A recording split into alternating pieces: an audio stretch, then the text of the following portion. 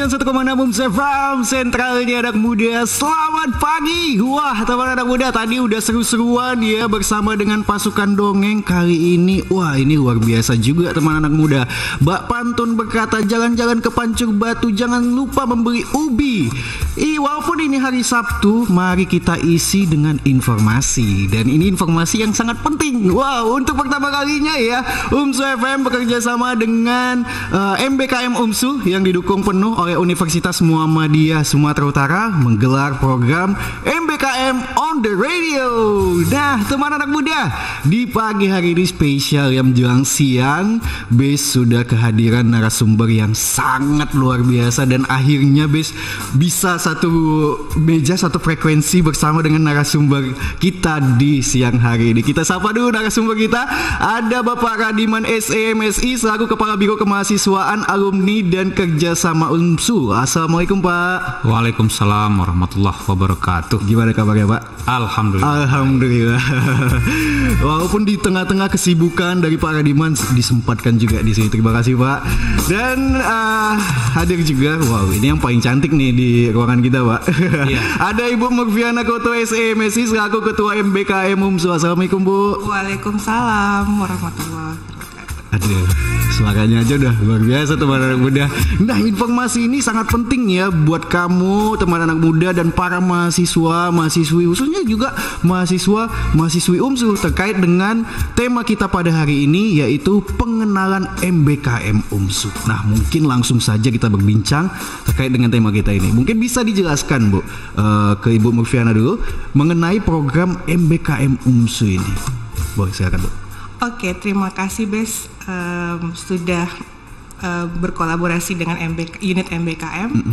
Terima kasih Pak Radiman yang selalu mendukung MBKM di UMSU, yang tidak pernah bosan mengingatkan kita semua untuk selalu mengajak mahasiswa dan juga seluruh dosen-dosen untuk aktif di kegiatan MBKM. Jadi kalau kita merujuk ke kapan sih sebenarnya MBKM ini ada, itu sejak tahun 2020. Nah, tapi waktu itu tidak semua universitas di Indonesia menangkap atau menyambut baik dengan kegiatan ini. Nah, jadi salah satunya yang paling menyambut baik, terutama untuk di Sumatera Utara adalah UMSU. Kerennya seperti itu. Oke, jadi Kampus Merdeka sendiri merupakan kegiatan yang akan membantu mahasiswa untuk bisa berkegiatan sesuai dengan passionnya. Sesuai dengan passionnya, artinya passionnya itu bisa berbeda-beda setiap orang, meskipun jurusan yang diambil juga berbeda-beda. Misalnya untuk mahasiswa yang jurusan kampusnya misalnya Fakultas Ekonomi, tidak menutup kemungkinan passionnya sebenarnya adalah teknik. Artinya akan mengkolaborasikan antara teknik dengan ekonomi sehingga menghasilkan sesuatu yang baru. Jadi menghubungkan antara dunia industri dan dunia kampus atau dunia usaha dengan dunia kampus. Singkatnya seperti itu. Singkatnya seperti itu ya Bu ya. Jadi memang awalnya di 2020 mungkin masih ada yang mungkin biasa aja, padahal ini sangat luar biasa. Bahkan mungkin mahasiswa-mahasiswa yang dulu mungkin nyesal nggak ngikut MBKM, udah ada kok nggak dari dulu MBKM ada gitu ya kan. Nah, mungkin ke Pak Radiman nih, bagaimana bentuk apresiasi yang diberikan oleh UMSU bagi mahasiswa yang sudah berhasil mengikuti program MBKM ini Pak? Terima kasih Bes.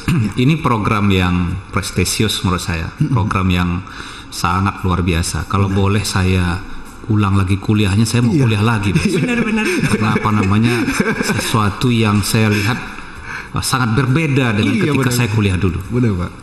Misal contohnya, saya nggak pernah membayangkan mahasiswa UMSU itu bisa kuliah di tempat lain. Kemudian bisa kuliah juga sambil bekerja, kuliah sambil mengajar.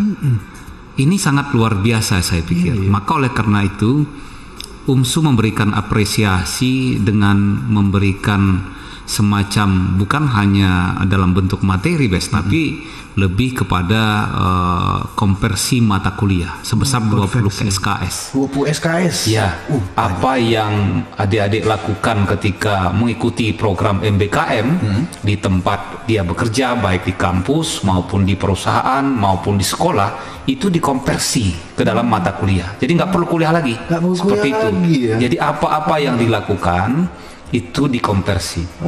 Dengan arti kata lain, adik-adik harus maksimal dalam menjalankan program MBKM di tempat dia ditugaskan. Benar-benar. Maka oleh karena itu, ya kita sangat menghimbau seluruh mahasiswa UMSU kalau perlu wajib ikut MBKM. Wajib, karena ini sesuatu yang langka, yang saya pikir baru sejak tahun 2020 ini baru ada.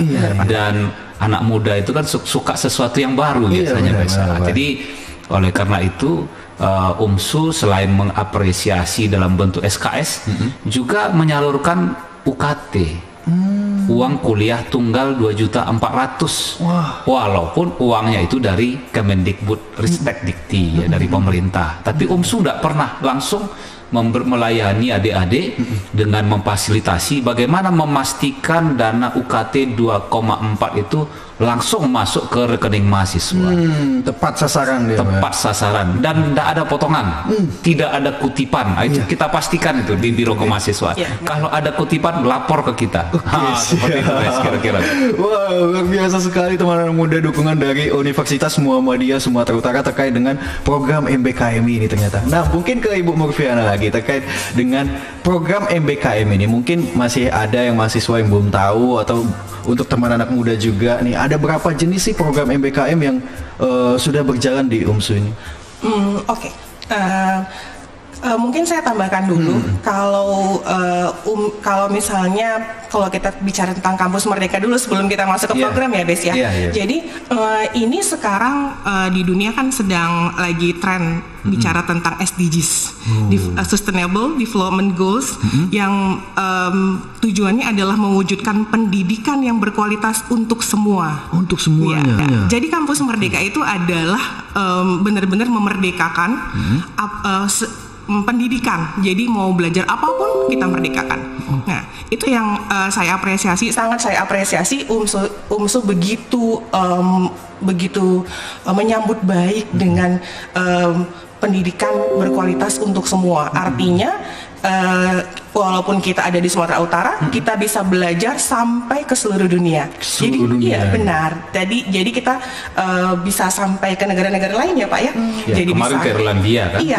Sudah ada mahasiswa kita yang sudah ke Irlandia gitu. Kemudian juga mahasiswa kita yang belajar di Manado, sudah belajar sampai di Nusa Tenggara. Iya di Nusa Tenggara. Kemudian juga ada sampai yang di berbagai universitas lainnya. Artinya merasakan atmosfer yang luar biasa ya Pak ya. Bisa sampai belajar dimanapun. Kerennya seperti itu. Pastinya ada experience pengalaman tersendiri bagi mereka ya Bu? Iya benar. Dan juga mahasiswa lain dari kampus lain yang belajar di kampus kita. Iya, walaupun kemarin karena terkendala masalah COVID masih kegiatannya dilakukan secara online, tapi juga sudah merasakan berbagai kegiatan kampus melalui online juga. Seperti itu. Jadi apalagi yang mahasiswa luar yang mungkin mengikuti program di UMSU, mungkin mereka baru tahu juga, wah ternyata UMSU luar biasa kan Bu ya. Iya benar. Nah mungkin kan di sini Bes melihat juga terkait dengan data ini ada 4.653 mahasiswa ternyata yang sudah mengikuti MBKM ini ya Bu ya. Keren ya Bes. Bes barusan banyak juga Bu. Sudah raih penghargaan apa kita Pak? Kemarin dapat penghargaan. Iya benar ya. Dari Monef ya Pak ya. Dari Monef L2 Dikti. L2 Dikti kita peringkat 1 di bidang MBKM. Iya. Alhamdulillah. Big applause dulu ya buat Universitas Muhammadiyah Sumatera Utara. Nah mungkin kalau kita tadi Bu, pembahasan kita kan ada berapa jenis program MBKM yang sudah berjalan di UMSU. Nah sampai saat ini yang maksimal itu di program mana sih Bu? Ya, kita sebenarnya ada terbagi 8. Ya, walaupun kalau dalam pelaksanaannya untuk program magang dan studi independen itu berjalan beriring ya gitu ya, karena berhubungan sama-sama dengan perusahaan. Jadi bedanya mungkin dari 8 ini jadinya kita kecilkan menjadi 7 gitu ya. Jadi ada untuk mengajar di kampus, namanya adalah kampus mengajar. Saya jadi lupa ya Pak ya. Kampus mengajar, kemudian juga ada untuk proyek kemanusiaan gitu ya. Kemudian juga ada untuk KKN tematik.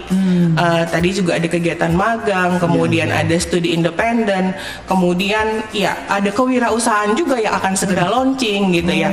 Ya, jadi dari 8 kegiatan ini yang sekarang ini sudah berjalan sekitar 6 ya, sudah berjalan total gitu ya, sekitar 6 kegiatan yang sudah kita ikuti, termasuk ada riset juga di dalamnya.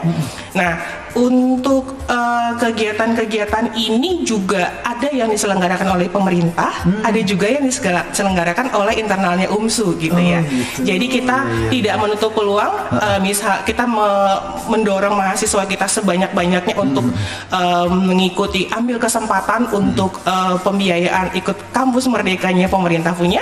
Tapi misalkan tidak berhasil, UMSU juga menyediakan seperti itu. Trennya seperti itu. Luar biasa, ternyata UMSU pun sendiri menyediakan itu juga ya programnya. Nah, mungkin terkait dengan bagi mahasiswa dan juga universitas, mungkin ke Pak Radiman nih, adakah pengaruh mahasiswa yang mengikuti program MBKM itu terhadap pemeringkatan universitas, Pak? Ya, tentu.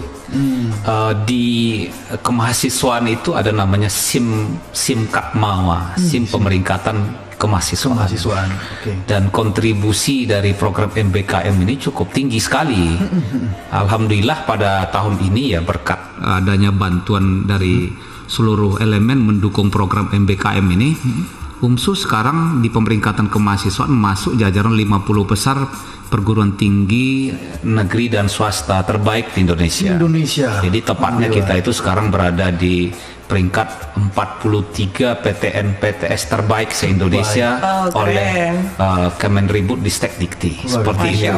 Jadi ayo adik-adik, kita harus menembus 30 besar PTN PTS Indonesia untuk tahun berikutnya dengan ayo rame-rame mengikuti program MBKM seperti itu. Siap. Nah, mungkin terkait dengan Ibu Murfiana nih, mungkin pengalamannya ini kan ibaratnya MBKM ini kan masih baru kan gitu kan. Gimana sih Bu experience-nya, pengalamannya mungkin menghadapi juga mahasiswa yang mungkin sering bertanya-tanya mau ngikut MBKM atau gimana perasaannya? Ya, kalau untuk pengalaman ya dari berbagai berbagai kegiatan yang ada pasti punya keunikan masing-masing gitu ya. Seperti program kampus mengajar. Jadi ketika pertama sekali mahasiswa kita ada mengajar di desa-desa, kemudian melihat lokasi yang sangat berbeda ya dengan kampus gitu ya. Tempatnya yang terpencil, kemudian di sana juga berhubungan dengan adik-adik siswa yang mungkin masih kekurangan secara ekonomi gitu ya. Sampai ada yang beberapa mahasiswa ketika sudah sampai di lokasi itu menangis gitu ya, sampai bilangin, ibu kok seperti ini. Tapi setelah waktu selesai program mereka malah, kok rasanya hati saya sudah di sini ya Bu ya. Pengen lama di sana ya Bu ya. Seperti itu gitu. Jadi seperti berada di dunia lain. Iya benar gitu ya Pak ya. Jadi sampai yang benar-benar kalau kata Pak Radiman itu seperti saya kembali ke masa kecil saya gitu ya Pak, benar ya Pak ya. Ada di tempat-tempat yang terpencil yang mungkin nggak pernah dibayangkan sebelumnya gitu ya. Jadi suatu saat nanti ketika mahasiswa kita nanti sudah berkarir di tempat yang lebih baik, misalkan mereka menjadi anggota DPR atau mereka sudah berkarir di perusahaan atau apapun karir mereka nantinya, mereka tidak akan pernah lupa bahwa mereka itu sudah pernah langsung loh merasakan ke lini paling bawah di masyarakat kita. Itu kerennya program ini gitu, yang salah satu tujuan utamanya juga. Mungkin Pak Radiman bisa nambahin. Saya melihat begini, dengan program MBKM itu kita melihat ada sesuatu yang berubah dari mahasiswa. Mulai dari selama ini mungkin lebih banyak belajar di ruang-ruang tertutup atau di ruang-ruang kelas. Dengan mereka mengikuti program MBKM ini, mereka kan belajar juga di kelas dan di luar kelas, dengan alam, dengan lingkungan, dengan masyarakat. Jadi dengan kata lain akan terbentuk berbagai macam karakter, mulai dari kepribadian, kemudian kapasitas. Selama ini kan hanya belajar teori, kemudian praktek langsung, tentu kapasitasnya akan semakin meningkat. Kemudian problem solving, karena setiap anak-anak pergi ke lapangan, ke sekolah, ke kampus, ke tempat-tempat magang, itu banyak problem yang dihadapi. Nah, dengan ikut program ini, ketika suatu saat mereka masuk ke dunia kerja, muncul masalah, tentu pemecahan masalahnya itu sudah tahu. Kenapa? Karena waktu magang mengikuti MBKM itu sudah pernah didapatkan. Kemudian yang berikutnya adalah interaksi. Jadi kalau selama ini mungkin interaksinya dengan teman sebaya, tiba-tiba berinteraksi dengan NASD itu kan agak beda. Kemudian ketika di perusahaan dia berinteraksi dengan manajer, dengan direktur, dengan supervisor dan sebagainya. Ini kan semacam saya katakan tadi seperti kita berada di dunia lain, tapi dalam konteks edukasi, dalam konteks pendidikan. Begitu juga kolaborasi. Di suatu saat kita bekerja pasti butuh kerjasama dengan berbagai pihak. Dengan MBKM tentunya itu kolaborasi itu sebuah keharusan. Tidak bisa kita pungkiri. Saya misalkan kan harus bisa bekerja, kemahasiswaannya harus bisa bekerja sama juga dengan unit-unit lain, bisa bekerja sama juga dengan kampus-kampus lain. Begitu juga adik-adik nanti ketika masuk ke dunia kerja. Seperti itu mungkin, Bes. Baik, nyata luar biasa sekali kalau Bes sedikit ya baru nangkap terkait dengan MBKM itu. Ya ibaratnya kalau dulu kan nggak bisa kuliah di kampus yang lain gitu kan, sehingga antar mahasiswa dari kampus satu ke kampus yang lain pun bukan ada adu jotos atau bentrok, justru udah berkolaborasi pada dasarnya kan gitu. Dan ibaratnya ketika mahasiswa itu pun udah ada pengalamannya. Jadi ketika mereka udah selesai menamatkan kuliahnya, mereka bekerja, mereka udah punya experience, pengalaman gitu. Wah, biasa. Nah, teman anak muda, masih banyak ini perbincangan yang ingin Bes bahas terkait dengan MBKM. Pasti kamu juga bertanya-tanya gitu kan. Nanti ya, kita break dulu ya Pak, Bu. Sebentar. Nah, buat teman anak muda pokoknya ya pantengin terus di live streaming Facebook kita di UMSU Spasi AM Radio Spasi Medan, dimana pada hari ini sampai ke jam 12 siang nanti kita menggelar program MBKM Merdeka Belajar Kampus Merdeka on the radio. Sama Bes Nugra di sini dan bersama narasumber kita yaitu Bapak Radiman SMSI selaku Kepala Biro Kemahasiswaan, Alumni dan Kerjasama UMSU, dan bersama Ibu Murfiana Koto SMSI selaku Ketua MBKM UMSU. Jangan kemana-mana, satu single dulu dari Tulus, Hati-hati di Jalan. Universitas Muhammadiyah Sumatera Utara, perguruan tinggi swasta pertama dan satu-satunya terakreditasi A di Sumatera dan peraih QS Star bintang 4 untuk perguruan tinggi di dunia, membuka penerimaan mahasiswa baru untuk Fakultas Kedokteran tahun ajaran 2022-2023. Akhirnya jadi juga kuliah kedokteran di UMSU. Pilihanmu sangat tepat, Dik. Selain fasilitas belajarnya lengkap, kondusif, disiplin, staf pengajar yang sangat profesional di bidangnya, gedung baru yang canggih untuk para mahasiswa, memiliki rumah sakit umum sendiri, dan banyak menjalin kerjasama dengan rumah sakit umum lainnya yang ada di Sumatera. Syarat pendaftaran SMA atau MA jurusan IPA, bebas narkoba, dan tidak buta warna. Usia maksimal 21 tahun. Informasi dan pendaftaran secara online dapat diakses melalui penmaru.umsu.ac.id atau datang langsung ke Pusat Penmaru, Kampus Utama UMSU, Jalan Kapten Mukhtar Basri nomor 3 Medan, Kampus Kedokteran, Jalan Gedung Arca nomor 53 Medan, Kampus Pasca Sarjana, Jalan Denai nomor 217 Medan. Call Center 0811 6503 937 atau 0811 6503 936 atau 0811 6503 941. Ingat ya, biaya pendaftaran sebesar Rp750.000. Teman anak muda, pendaftaran sampai dengan tanggal 10 September 2022. Aktif kuliah tanggal 3 Oktober 2022. UMSU, unggul, cerdas, terpercaya. UMSU, akreditasi A. UMSU, Kampus Merdeka. UMSU as a 4 stars institution. Daftar kuliah online. Kunjungi penmaru.umsu.ac.id. Muda masih di MBKM on the Radio yang terselenggara atas kerjasama UMSU FM bersama dengan MBKM UMSU yang didukung penuh oleh Universitas Muhammadiyah Sumatera Utara, dan masih bersama narasumber kita yang luar biasa, Bapak Radiman SEMSI dan juga Ibu Murfiana Koto SEMSI. Mungkin kita lanjut ya Pak Bu perbincangan kita. Ya. Nah, terkait dengan MBKM ini mungkin kita akan bahas tuntas, tapi kayaknya nggak cukup sejam ya Bu ya. Makanya terus berlanjut, continue. Dan mungkin terkait dengan kriteria nih Bu, adakah kriteria khusus untuk mahasiswa yang ingin mengikuti MBKM UMSU ini? Oke. Dari 8 kegiatan yang ada, untuk kriterianya itu yang paling utama, syarat utamanya adalah yang minimal IPK 3. Minimal IPK 3. Iya, benar. Okay. Artinya ketika IPK-nya 3 berarti sudah dianggap ya cukup untuk bisa membagi waktu dengan baik. Ya. Nah, kemudian selain itu mahasiswanya harus minimal semester 5. Minimal semester 5. Iya, kecuali untuk program pertukaran mahasiswa. Itu bisa kita ikuti dari semester 3. Oh, semester 3 udah bisa ikut? Ya, benar. Wah, ya. Jadi untuk mungkin yang semesternya masih di bawahnya sudah mulai bisa persiapan. Buat para adik-adik juga yang mau berkuliah ya kan, kuliahnya di UMSU aja biar persiapkan semuanya, bisa mengikuti MBKM didukung penuh lagi ya kan, luar biasa. Mungkin ke Pak Radiman nih, ketika mahasiswa yang mengikuti program MBKM ini Pak kan pasti banyak yang mengikuti kegiatan di luar kampus. Lalu bagaimana pihak universitas melihat situasi yang terjadi ini? Apakah ini mempengaruhi sistem perkuliahan mereka?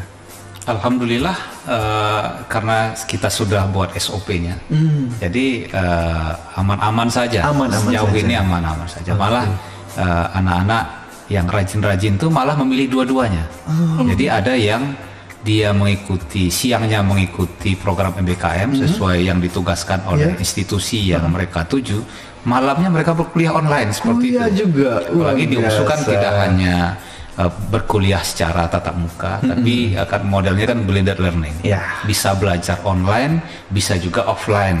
Artinya adik-adik bisa dapat ganda ini. Benar. Dengan tanpa menambah uang kuliah seperti itu. Jadi program MBKM-nya jalan, kuliahnya juga jalan. Nah, ini saya pikir belum semua kampus bisa melakukan ini di Sumatera Utara. Dan UMSU berusaha memberikan yang terbaik kepada anak-anak yang mengikuti program ini. Kuliah tidak terkendala, program MBKM-nya tuntas seperti itu kan. Mantap. Mungkin saya tambahin dikit. Dan jikalau misalnya programnya sangat padat sekali, kita juga support ya Pak ya. Jadi artinya kalau misalkan sangat tidak mendukung untuk ikut kuliah online ya tidak masalah, kita akan support. Artinya soft skill dan hard skill yang didapatkan dari kegiatan, berarti nanti kita bisa tetap konversikan dengan 20 SKS tadi. Konversikan deh ya. Mungkin terkait dengan bagi mahasiswa nih, keuntungan apa saja yang didapatkan oleh mahasiswa yang mengikuti program MBKM? Mungkin ke Ibu Murfiana. Ya, keuntungan yang paling besar itu tentunya pengalaman yang sangat berharga ya. Itu yang tidak bisa kita nilai dengan uang, benar ya Pak ya. Tidak bisa. Benar-benar pengalaman yang luar biasa. Kemudian selain itu kalau untuk berbagai kegiatan punya benefit yang berbeda-beda pastinya ya. Misalnya ada juga yang memberikan uang saku. Uang sakunya itu juga bervariasi sesuai dengan kebutuhan mahasiswa pastinya. Ada juga yang program yang tidak memberikan uang saku bukan karena mereka tidak mampu, tapi biaya untuk mengikuti programnya memang mahal sekali, sehingga justru kita bisa masuk saja sudah alhamdulillah sekali seperti itu.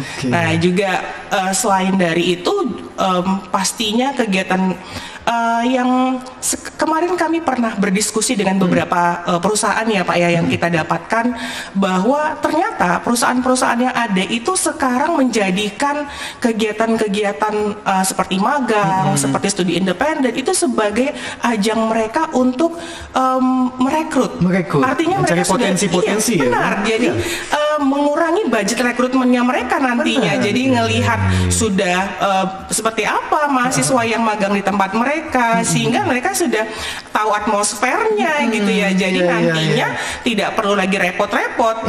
Kalau sudah sesuai tinggal dipinang saja untuk dalam perusahaannya seperti itu. Karena kan kalau di UMSU sendiri kan pastinya mengirimkan yang terbaik-terbaik pastinya kan. Nah otomatis para perusahaan pun wah udah bisa nih nanti, udah tamat dari guide langsung ya Bu ya. Iya, benar sekali. Luar biasa sekali. Nah mungkin ke Pak Kadiman nih, apakah MBKM UMSU menjadikan mahasiswa memiliki kualitas unggul dan prestasi yang lebih unggul dari mahasiswa yang tidak mengikuti program MBKM ini? Pasti, saya melihat sangat berbeda. Jadi mahasiswa yang ikut MBKM itu memiliki nilai lebih dibandingkan mahasiswa yang tidak mengikuti program. Apalagi kalau mahasiswanya kupu-kupu. Kupu-kupu, kuliah pulang. Itu biasa kan sering ya. Istilah di mahasiswa itu ada istilahnya kupu-kupu. Bukan kupu-kupu malam, tapi kupu-kupu kuliah pulang. Ini modalnya ketika memasuki dunia usaha dan dunia industri, kalau sekarang disebut dengan dudi. Itu sangat pas-pasan. Maka dengan adanya MBKM, maka modal mahasiswa ketika lulus dari perguruan tinggi itu semakin bertambah, kepercayaan dirinya itu semakin bertambah. Kemampuannya tadi beberapa poin yang saya sebutkan, kapasitasnya, kemudian kepribadiannya, problem solvernya untuk menyelesaikan masalah itu semakin bagus. Interaksinya, kolaborasinya, ini luar biasa, Bes. Saya begini, sedikit punya pengalaman. Sebelum muncul ada program MBKM itu, kita dulu namanya punya program magang bersertifikat. Magang bersertifikat. Itu lulusan dari magang bersertifikat itu banyak yang akhirnya mereka bekerja di tempat magangnya. Langsung direkrut ya, langsung direkrut di tempat magangnya. Nggak capek-capek lagi membawa lamaran lagi ya kan ya. Jadi ini yang menurut saya ya. Adanya program MBKM ini berkah bagi mahasiswa, bagi seluruh mahasiswa, dan sayang kalau dilewatkan. Karena ya sebagian dari lulusan kita ternyata ada yang langsung bekerja seperti itu, dan tidak tertutup kemungkinan juga nanti lewat MBKM ini apa yang disampaikan Bu Murfiana, ini kan para direktur, para manajer kan melihat anak-anak yang magang. Nah, bisa saja nanti dilihatnya bagus waktu magang, akhirnya mereka pikat, ya kan? Cepat tamat kemudian langsung bekerja di perusahaannya. Saya pikir ini momentum yang nggak didapatkan oleh orang yang tidak mengikuti program MBKM seperti itu kira-kira. Tapi sudah ada loh Pak mahasiswa kita yang bahkan wah ternyata dia masih harus melewatkan satu semester lagi di kampus. Perusahaannya sudah nggak sabar gitu. Perusahaannya sudah nggak sabar, sudah ada yang menginfokan seperti itu. Luar biasa ya Pak. Luar biasa. Nah mungkin kan ketika misalnya mahasiswa itu mengikuti MBKM, mungkin dari Ibu Murfiana sendiri bagaimana melihat mungkin ada perubahan dari diri mereka ketika mereka mengikuti MBKM, pas setelah selesai mengikuti MBKM mungkin ada bahkan yang mau ikut lagi MBKM. Nah mungkin boleh jelaskan sedikit.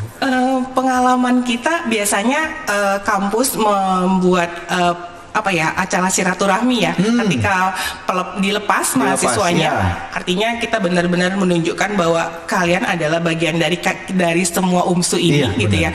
Jadi kita mengingatkan bahwa memiliki tanggung jawab yang sangat besar terhadap nama baiknya UMSU juga, gitu ya. Setelah itu nanti di tengah program kita akan melakukan dialog lagi. Jadi kita tetap ada touch-nya lah kepada mahasiswa. Jadi ngelihat bagaimana programnya sudah berjalan, dan di akhir juga ada. Nah, perbedaannya itu begitu nampak ketika di awal, di tengah, dan di akhir tadi. Jadi ketika di awal mungkin cerita-ceritanya adalah masih ketakutan, kebingungan, sesama cari kos, panik gitu ya dengan pimpinannya seperti apa. Ketika yang sudah di tengah-tengah saja, itu yang sudah mulai nampak ya Pak, kepercayaan dirinya sudah muncul, bahkan sudah mulai pamer, saya sudah bisa ini, saya sudah bisa ini, seperti itu. Malah ada yang nggak mau balik. Iya benar. Bahkan ada yang menunjukkan, Bu, ternyata saya tuh kurangnya di sini, saya tuh akan di sini. Bener-bener yang sudah sangat percaya diri, itu yang pasti. Itu yang memang kita harapkan, skillnya yang didapatkan oleh mahasiswa. Bahkan ada yang sudah bisa membuat aplikasi-aplikasi, dan jadi dia sudah semakin tahu dia mau ngapain setelah ini. Jujur aja, kita aja iri. Gitu ya Pak ya, benar ya Pak, kita aja iri gitu melihatnya. Kalau sejauh ini Bu, seefektif apa program MBKM yang dijalankan UMSU? Alhamdulillah UMSU salah satu universitas yang saat ini mendapat apresiasi karena sistem konversinya nilainya berjalan dengan lancar, juga program-programnya juga terawasi dengan baik. Pernah ada bahkan kejadian ya mahasiswanya sakit gitu ya sampai di luar kota di Sukabumi ya Pak kalau nggak salah ya. UMSU dengan kita jemput lagi. Iya benar dijemput loh, benar, tanggung jawab ditunjukkan oleh kampus ini seperti itu, Bes. Baik. Nah, Bes kan tadi selalu mendengar terkait dengan konversi nilai. Berarti ketika misalnya dia mendapatkan nilai di sana A, otomatis yang 20 SKS itu A semua? Iya, jadi kalau misalkan nilainya itu kan dia berupa soft skill ya, kita akan sesuaikan. Jadi soft skill disesuaikan, artinya ketika konversi nilai di sana nilainya baik, di sini kita sesuaikan nilainya pasti juga akan baik. Jadi jangan dikhawatirkan untuk masalah konversi. Sedikit saya tambahkan, nilainya kan tidak satu. Iya, benar. Jadi misalkan kalau dia ambil 20 SKS itu terdiri dari 6 atau 7 mata kuliah, tentu kalau variasi nilainya tentu nilai yang di sini juga bervariasi. Oh, bervariasi. Tapi kalau A semua ya di sini nanti kita kasih A semua nilainya seperti itu. Jadi yakinlah mahasiswa tidak dirugikan dalam mengikuti program MBKM seperti itu. Waduh, luar biasa. Nah, ini kan sudah ada 4.653 mahasiswa yang sudah mengikuti program MBKM ini. Nah, mungkin ke Ibu Murfiana, adakah yang selama ini dari mahasiswa itu yang ngeluh mungkin, misalnya tempat kerja atau gimana gitu? Apa semua positif tanggapan dari mahasiswa itu? Iya.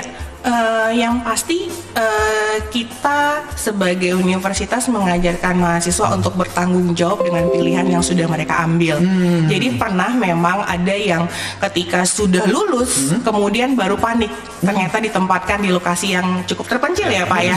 Ya, tapi alhamdulillah sih mediasi yang dilakukan oleh Bimawa luar biasa gitu ya, dengan tim-timnya Paradiman gitu ya. Jadi benar-benar yang kita berkomunikasi sehingga meyakinkan mereka lagi bahwa ketika mereka sudah mengambil pilihan itu harus bertanggung jawab, dan apa sebenarnya ketakutannya itu yang kita lerai. Ketakutannya apa sih gitu ya. Kalau misalkan ketakutannya masalah tempat, masalah tidak punya teman, artinya sebenarnya ketika kita kasih pengertian lagi, alhamdulillah semuanya berjalan lancar. Alhamdulillah iya, lancar. Seperti itu. Oke. Nah, kalau tadi kan sempat berarti mahasiswa ini memilih mau program apa gitu di MBKM, dan ada konsultasi juga, mungkin ada saran dari pihak MBKM juga mungkin mengarahkan. Nah, ini uniknya Bes. Ini kan kita dimerdekakan gitu ya. Jadi pilihlah sesuai dengan passionnya kita, bukan ikut-ikutan gitu. Karena kalau ikut-ikutan nggak, susah untuk bertahan gitu kan ya. Bener. Nah, jadi misalnya kita itu passionnya, impiannya tuh pengen jadi pimpinan sebuah perusahaan, jadi manajer perusahaan gitu ya. Nah, perusahaan seperti apa yang sebenarnya kita inginkan? Nah, itu sudah bisa kita bidik dari sekarang. Ketika nanti ngelamar, jadi sistem pelamarannya itu sama seperti ngelamar kerja. Jadi kita akan melamar sesuai dengan apa yang dibutuhkan, syarat-syaratnya, bahkan ada interviewnya juga gitu ya. Jadi semuanya itu kita penuhi. Setelah itu kita melakukan berbagai pekerjaan yang ada di sana selama 1 semester. Nah, nanti kalau misalkan merasa nyaman, bisa melanjutkan dengan perusahaan yang sama, misalnya ngelamar lagi, atau bisa juga mencoba hal yang baru. Ya, jadi kita bisa merasakan berbagai hal gitu. Karena satu mahasiswa diperbolehkan untuk mengikuti berkegiatan di luar kampus maksimal 2 semester. Maksimal 2 semester. Setahun, Bes. Setahun mereka di luar kampus. Jadi kampus itu bukan tempat yang membosankan lagi gitu. Pas tahun balik UMSU berubah ya. Ada seperti itu memang. Ada gitu ya. Oke. Nah, berarti kan ketika program ini berjalan kan harus misalnya ke perusahaan lain. Itu yang harus sudah bekerja sama dengan UMSU kah? Apalagi kan UMSU kan sudah bekerja sama dengan banyak memang begini ya. Ada yang mungkin di luar ekspektasi dari harapan pendaftar. Karena memang yang menentukan tempat magang atau lokasi magang itu bukan UMSU, tapi pemerintah. Nah, jadi bisa saja mungkin dia pengen mahasiswa pengen belajar di luar kampus itu di UGM mungkin, tapi nanti tembusnya di Hasanuddin Makassar gitu. Jadi lebih kepada hal-hal yang seperti itu yang biasa menjadi keluhan. Saya kan ngelamarnya di UI, di UGM, tapi kok lulusnya di Manado gitu, tapi kok lulusnya di Universitas Parepare sana begitu, atau di Indonesia Timur, di Sriwijaya misalkan, di Palembang. Jadi itu.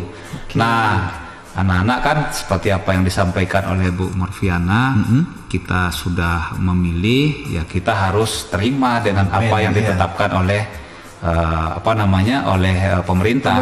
Nah, kemudian sebenarnya di sesuatu yang berbeda itu tantangan sebenarnya. Iya.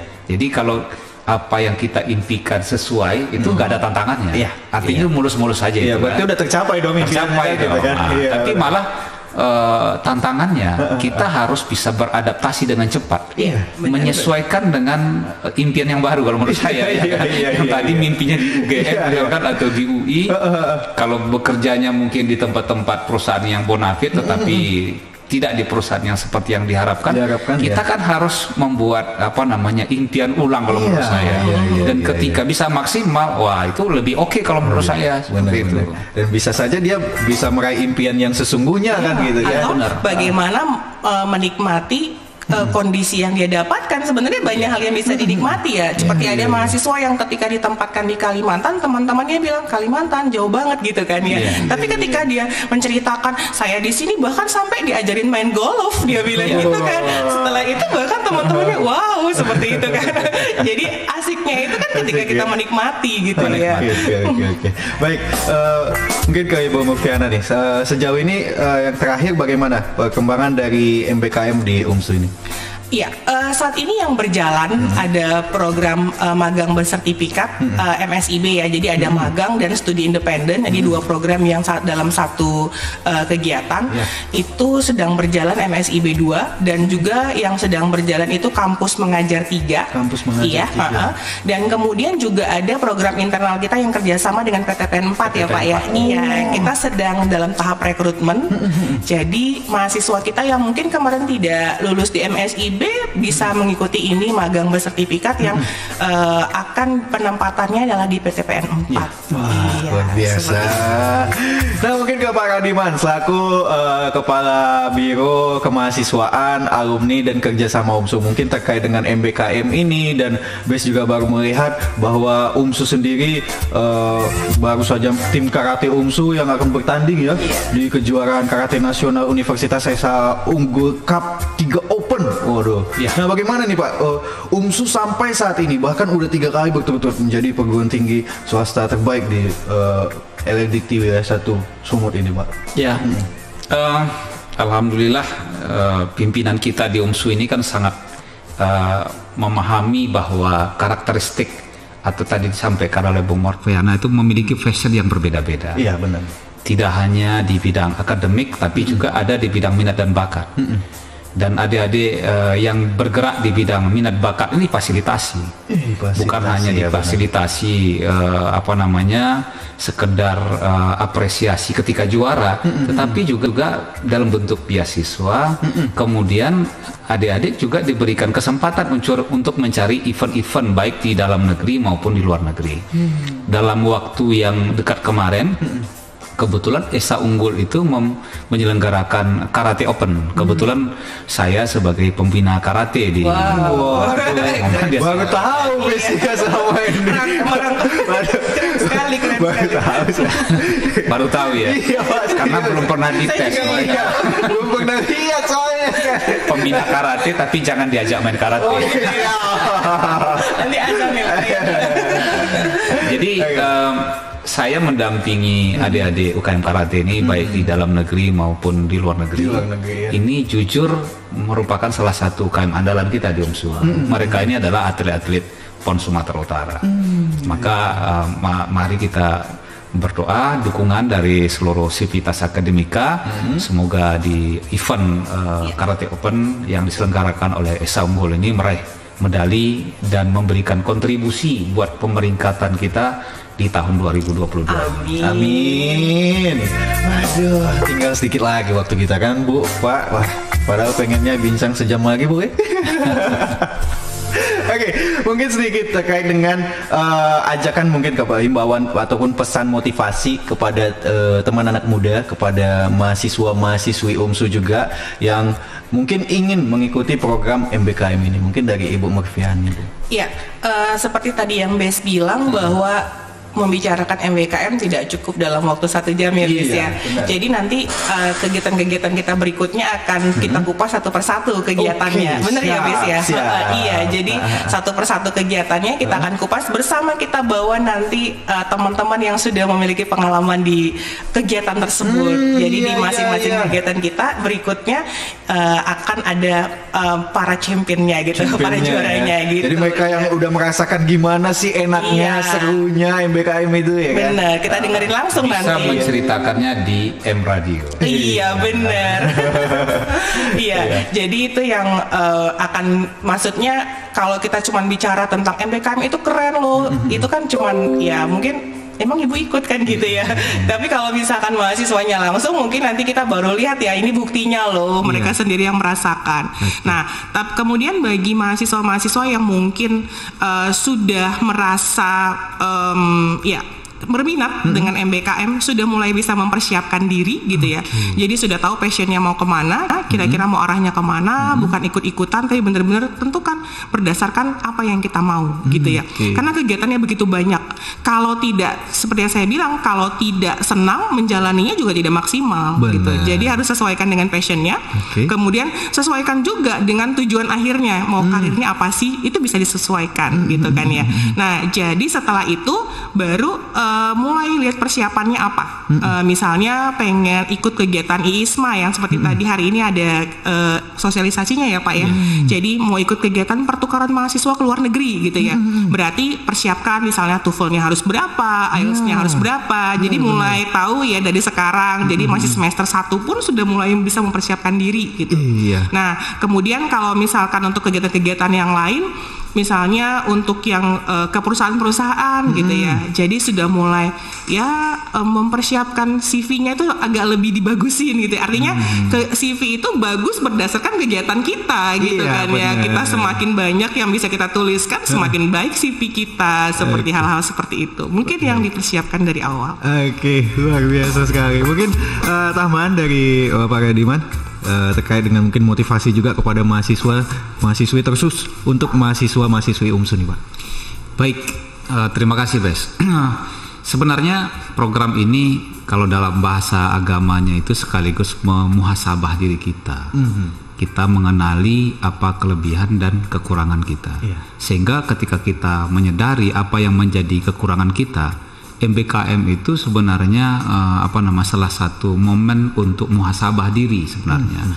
Ketika saya mau memasuki dunia kerja setelah tamat dari perguruan tinggi, kira-kira keterampilan apa yang belum saya miliki. Dengan ikut program itu secara tidak langsung kita akan bisa mengidentifikasi kekurangan kita.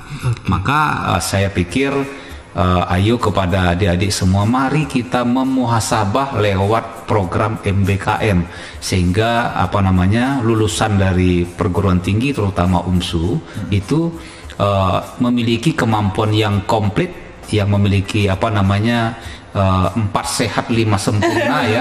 Kalau makanan ya, 4 sehat 5 sempurna, bisa memasuki dunia kerja dengan dengan memiliki apresiasi yang cukup baik atau yang sangat baik oleh para pengguna lulusan nantinya. Itu kira-kira menurut masukan dari saya. Mari bermuhasabah lewat MBKM. Wah, luar biasa.